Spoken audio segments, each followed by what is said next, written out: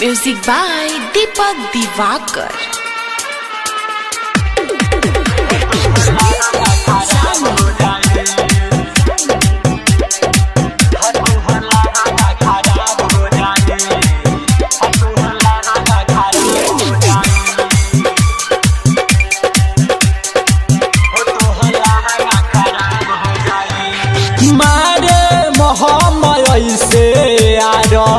पार हो जाई हो मारे महामय से यार पार हो जाई तोरे लहंगा खराब हो जाई हो तोरे लहंगा खराब हो जाई हो तोरे लहंगा खराब हो जाई हो तोरे लहंगा खराब हो जाई तो पल तोर जवानी सब घार हो जाई हो तो पल तोर जवानी सब घार हो जाई तोरे लहंगा खराब हो जाई हो तोहर लहंगा खराब हो जाई हो तोहर लहंगा खराब हो जाई हो तोहर लहंगा खराब हो जाई।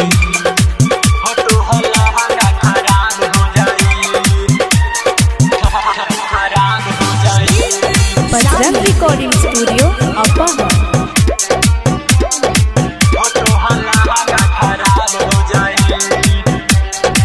कब सुताई के निहुराई के कमर हिलावा तू डीजे पाई के जो बंडोलाई के ढोरी देखाई के जय तू धूम मचाई के नसीली हई जवानी तोर सा राब हो जाई हो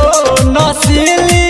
हई जवानी तोर सा राब हो जाई तोर लहंगा खराब हो जाई हो तोहर लहंगा खराब हो जाई हो तोहर लहंगा खराब हो जाई हो तोहर लहंगा खराब हो जाई।